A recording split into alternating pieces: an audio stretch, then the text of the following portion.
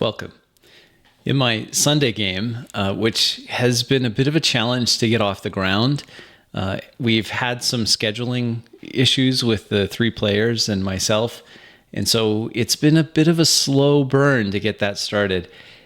But we were able to get a couple players together on Sunday, and we did an actual session in this kind of near future setting that we're doing. And we had a lot of fun with it. It was good. What I was noticing is that although we have in the past for online games, we've used Fantasy Grounds, and which is a virtual tabletop, of course, and we thought it was great. But now, since we're really more focused on staying in character the whole time and not kind of fiddling around with control left click for this and oh no, you didn't target that, redo it, or where do I click on the character sheet to do that roll, which is a little tedious. I mean, they are tools, they have their place, I suppose, but we're trying to avoid all of that out of character talk. And so I was curious how it was going to go when we actually ran a session. But I'm pleased to report it went really well. I just didn't focus on the maps. In fact, I didn't even have a map in Fantasy Grounds. What I did is I just imported images that I had either created or I had found online so that I could just pop them up and the players could see them. And I didn't have my full complement of players. I just had two of the three, but we still were able to run the game, and it went really well, I thought. There was some, admittedly, we weren't doing the full kind of normal game session where here's your tokens, you can move them around in the battle map, and here's the combat tracker, and we're going to go through that. We didn't do that. Instead, what I did is what I've seen some other game masters do in actual plays that I've watched, where when it comes time for a roll, they'll just ask the player, give me this check. And then they would it sounds like they're just rolling it on their table. We are still using this virtual tabletop, so they would just roll it in the screen so everyone can see what they rolled. But I just call it. I'd say, well, give me a roll for this. And because we're using as a base the Savage Worlds system, for this particular game, is pretty simple. Basically, everything is a skill. So I just say, I call for that skill. I call for the shooting skill or a fighting skill or an investigation skill or something like that. And that worked well. It worked. I was a little nervous about it. I'm like, well, do I just abandon the virtual tabletop altogether, as I've seen some of the other game masters who I admire have done? Or do we do this in stages where we'll still use it until we're all really comfortable with how things work? And the nice thing about having a virtual tabletop for our online game, specifically with Savage Worlds has, if you're not familiar with it, it has an exploding dice mechanic, and that works really well on Fantasy Grounds, just the way that the dice are and they animate and they keep rolling. We had a couple amazing dice rolls. It just happened that way. And that's not going to happen all the time, of course, but when it does, it's a kind of an exciting thing, an astonishing success, or that. And that's kind of fun. I like it. And we did stay in character. It was really good. So that was good. It had me thinking, because in the Sunday game, unlike my in-person games on Tuesday, we've tried these prelude sessions. I'm not sure what to call them. I'll just call them a prelude session. I think I've spoken enough about it in the past that you can understand what I'm talking about. And in those prelude sessions, we explored the backstory. I mean, that's a word that'll have everyone triggered. Backstory is good, bad, indifferent.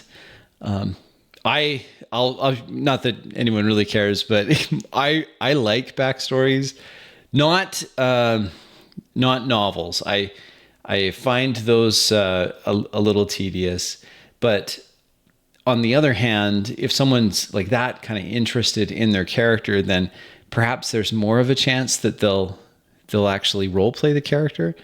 But at any rate, I've been thinking about these backstories and what we've done with these prelude sessions, and the feedback I've got from my players is that they really like knowing their characters better.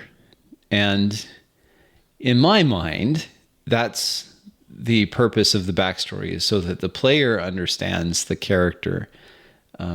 Why is it that they're in this particular situation now? There have been events that have led up to this. And I wanted to share some thoughts with this. Again, I'm on my soapbox about game mastering. I've mentioned it in the past.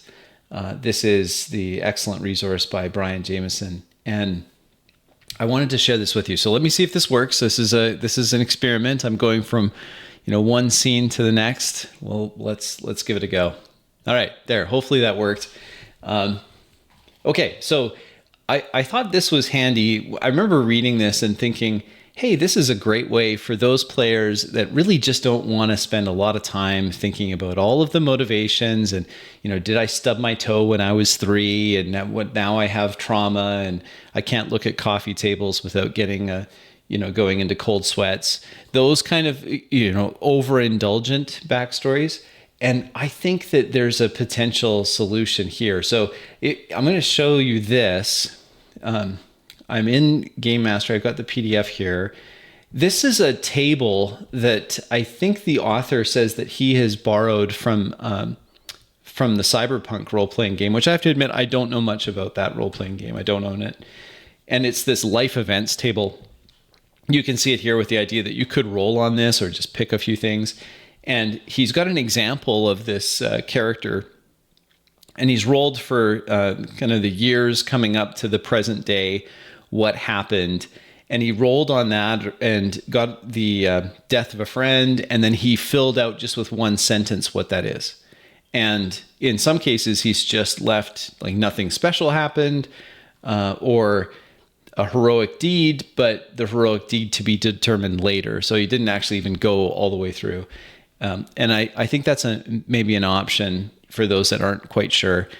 Let me see if I can switch back to this too. Boy, this will be just fancy. Oh, there we go, fancy. So the other thing, we've also been playing in this Weird Frontiers, and DCC is much different when it comes to backstories in general. What it looks like for Weird Frontiers, and I'll share this with you. In Weird Frontiers, you roll on this D100 table. So, and this is a true D100 table. So there's 100 different things. And you can see as you roll, you can roll up and you're a rancher. So your backstory is, or your occupation, what you did before you were called to adventure, was you're a rancher, and that means that you have an item or a weapon that comes with that, as well as a trade good. And you can kind of base your character off of that occupation as a baseline backstory per se. And because in Dungeons and Crawl Classic games, life is so cheap and characters die so quickly and often, it goes really fast. And I think the idea here is that why spend, like others have said, and especially in the OSR community OSR advocates, fans, OSR fans. We'll call them fans. I think that's more generous. The OSR fans and publishers say, look, your backstory is what's going to happen down the road. Like who really cares what you were before? I loved that. I loved that idea of in Dungeon Crawl Classics, for say, it's like it starts off where you are no hero, right? You're a nobody, a level 0, a peasant. Who cares, right? You're cannon fodder, and you run your cannon fodder through a funnel, and those that are lucky enough to survive, well, they can become the heroes, and then it matters what's happening to them. Before then, who cares? It's just mundane, boring things.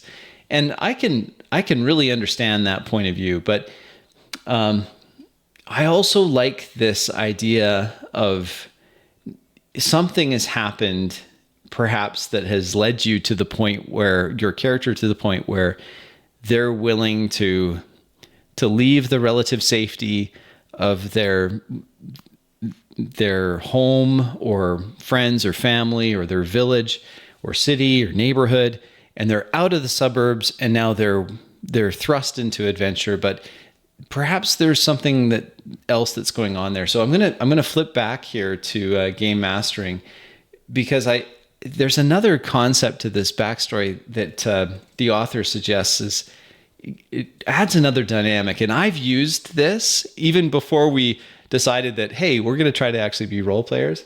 I've used this and it's worked really well. And it's the idea of friends and foes. Let me share what that is. So what happens is what I would do is, after the character kind of gives me, or the player, gives just the briefest of descriptions of what's happened to their character in the past. Maybe it's even just 3 or 4 sentences like you see on the screen there. Then what I would do is I would come up with a couple of friends from the character's life. Like what do they have friends? Do they have I'll page down here to the examples that he gives. So mentor, informants, merchants, allies, comrades in arm, a sibling, a family, clan member, or a patron. So I'll give them a couple of these, maybe at least one, but usually a couple. And I tried to mix it up so that one player would have a mentor perhaps, but another player would have, instead of a mentor, maybe it's a clan member or a sibling. And I would working with the players, I would kind of come up with these. I'm like, here's what I'm thinking. And we would work together to say, hey, yeah, I have a friend, and the friends is, and of course I'm putting reasonable limitations on it. So this is not, I have a friend and he wears spandex and he has a big red S on his chest and he can solve every problem. No, obviously not. But I don't usually run into that problem because I only play with adults.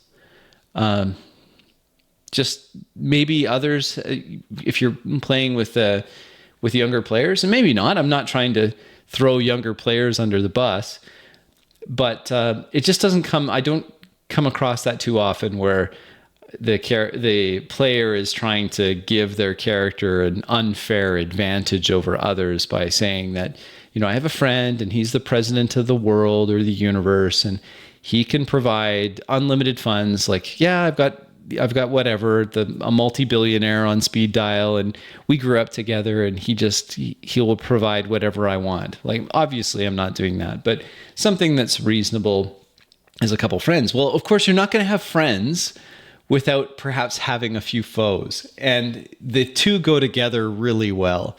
So as far as backstories go, having this friends and foes concept really is interesting and works well.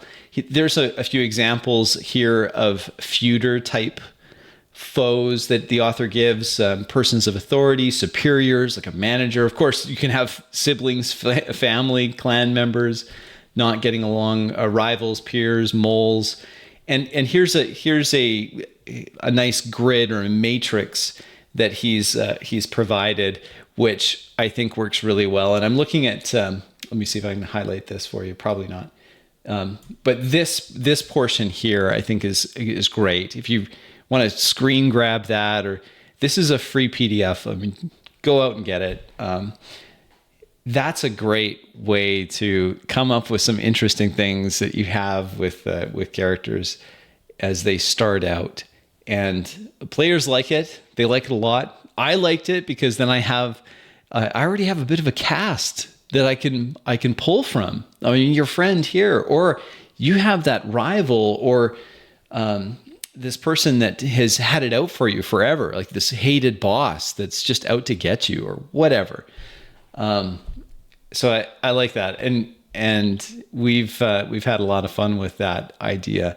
I've been relatively inconsistent with this, and I shouldn't be. Every time we use it, we like it.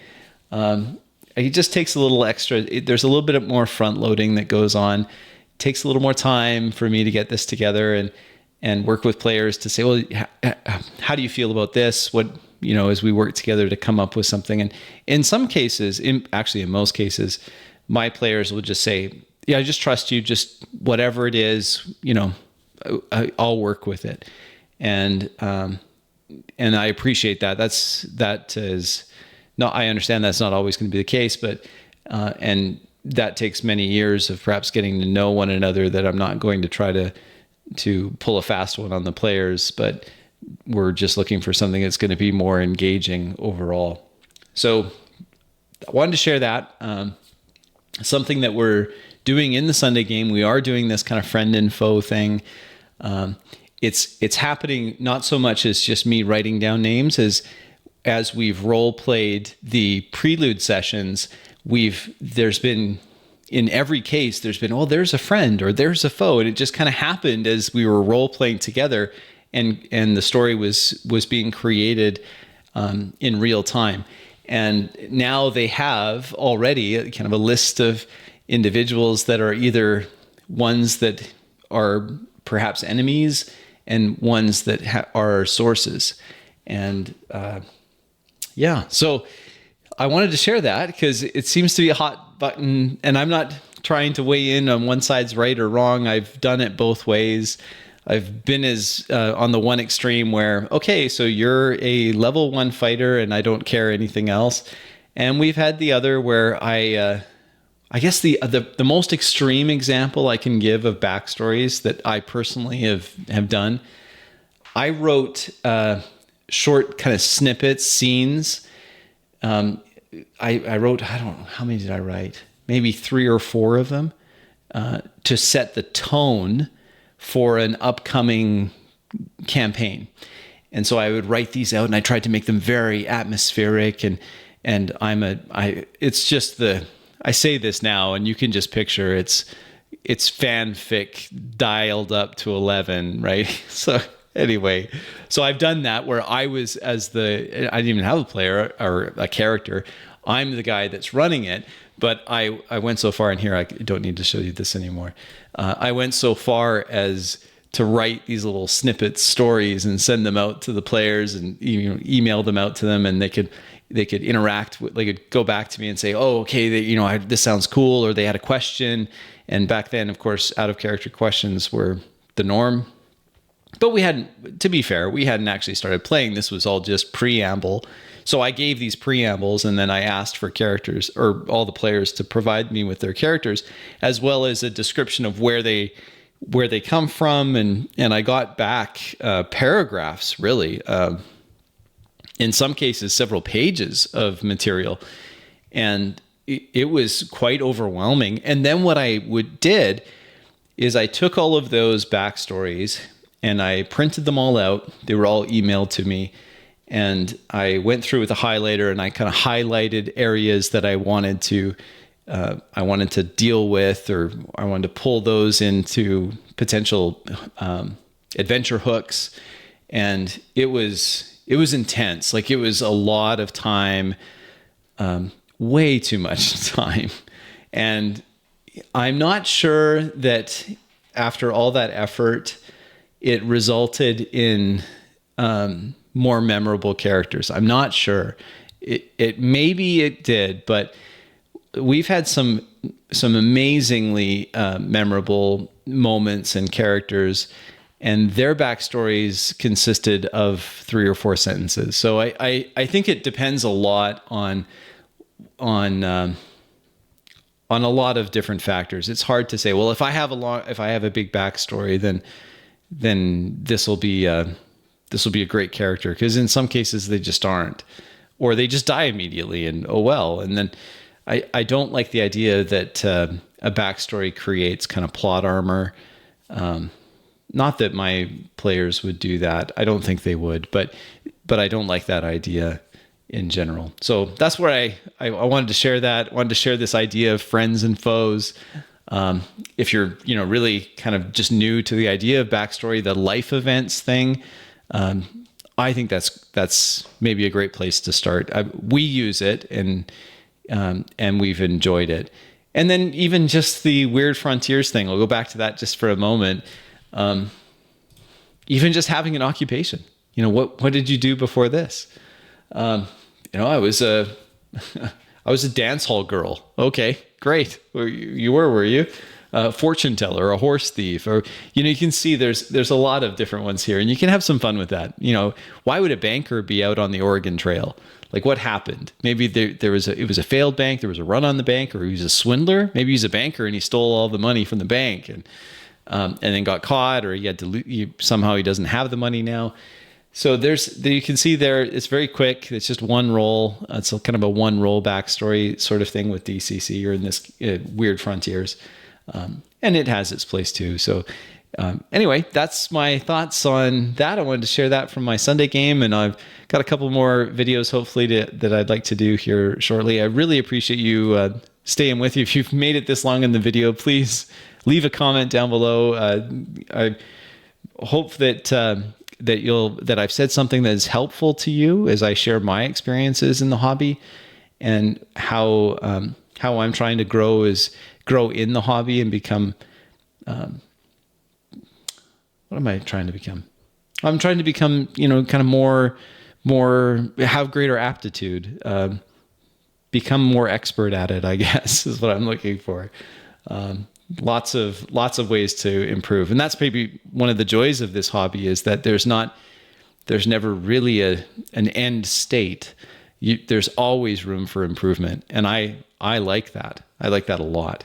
So thank you very much. Appreciate your time, and please share this and comment below, and I'll see you on the next one here. Let me end on this.